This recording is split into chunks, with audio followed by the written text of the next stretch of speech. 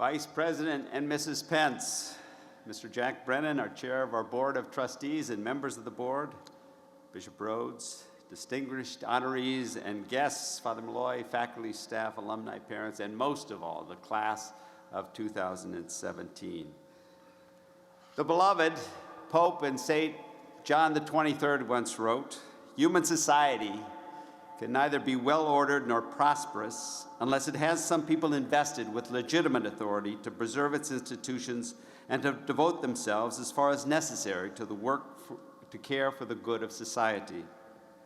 These words of Pope John can perhaps be paraphrased less formally by saying that political leaders are necessary for society and we must strive with them to serve the common good. In that spirit, the University of Notre Dame has invited political leaders to campus, often to speak at commencement, and we proudly do so today at our 175th anniversary. Yet we do so in difficult times, as a fractured nation, with deep divisions and raw political feelings, confronting challenges that demand near Solomonic wisdom. We must find a way to protect the life of the unborn and respect the rights of women, particularly those who are most vulnerable and alone.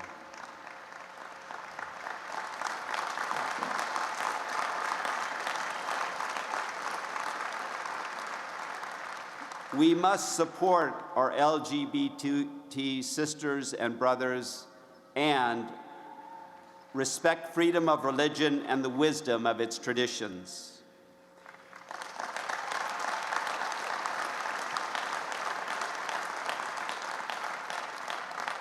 We must welcome those in our communities, those who want to contribute to our nation, even when they are undocumented, and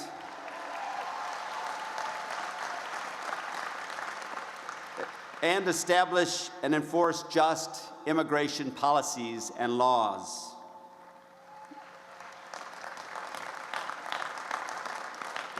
We must welcome with charities refugees fleeing the ravages of war and keep our nation safe from the scourge of terrorism.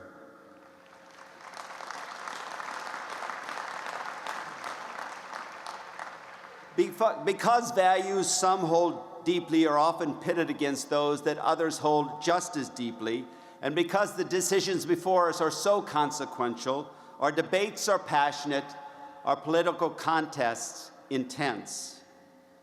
And too often, as a result, the love that fires our passion is twisted into a hatred for those who disagree. Speaking only to the like-minded, we question first their motives and then the character of those who differ. Opposition to their views becomes opposition to them. And so we dismiss an opponent's views before taking time to listen and understand. When that happens, persuasion is impossible. Dialogue is pointless. And our public office is no longer a collective effort to serve the common good, but a bitter fight to vanquish opponents. At Notre Dame, we must strive for something higher. We must speak the truth and challenge the injustice we see, but we also must listen to those who disagree, care for the bonds that join us together, and find a way to build a society in which all can flourish, even those who don't look like us, don't think like us, don't vote like us. Our commencement speaker today has given his life to serving the common good in public office. Mike Pence was one of 6 children born into what biographers would call a large Catholic family. In the Jenkins household, we would call it mid-sized.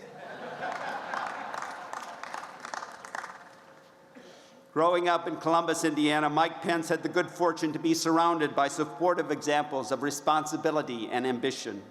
His parents were role models, His grandfather, Richard Michael Crawley, immigrated from Ireland to Chicago, where he worked for the Transit Authority for 40 years and taught the young Mike Pence that in America, anything is possible.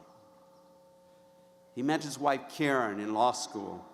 Anyone who has spent time with this couple cannot but be impressed by the respect and love they show one another. As a candidate, Mike Pence would describe himself, quote, as a Christian, a conservative, and a Republican in that order. The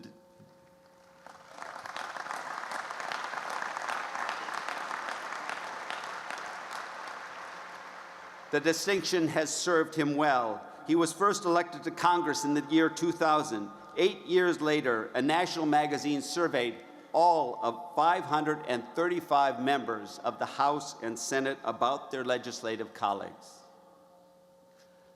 Just 10 were identified as the best members of Congress.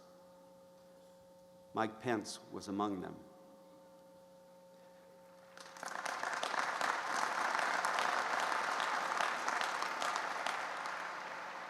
The magazine concluded, quote, "From immigration to earmarks, Pence is one of the most principled members from either party, and his unalloyed traditional conservatism has repeatedly pitted him against his party elders."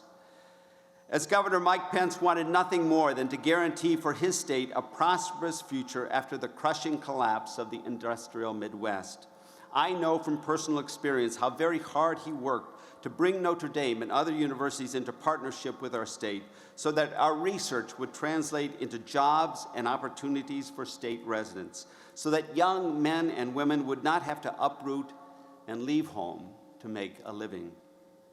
As Vice President, Mike Pence has been a voice of balance, reason, and continuity.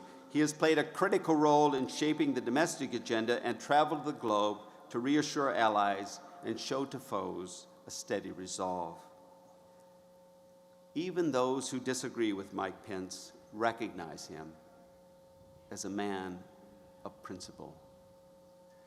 I do as well.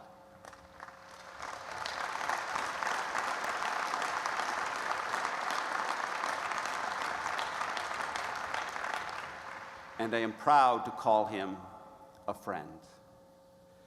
On behalf of the University of Notre Dame, we are honored to welcome the 50th governor of our state and the 48th Vice President of the United States, Michael Richard Pence.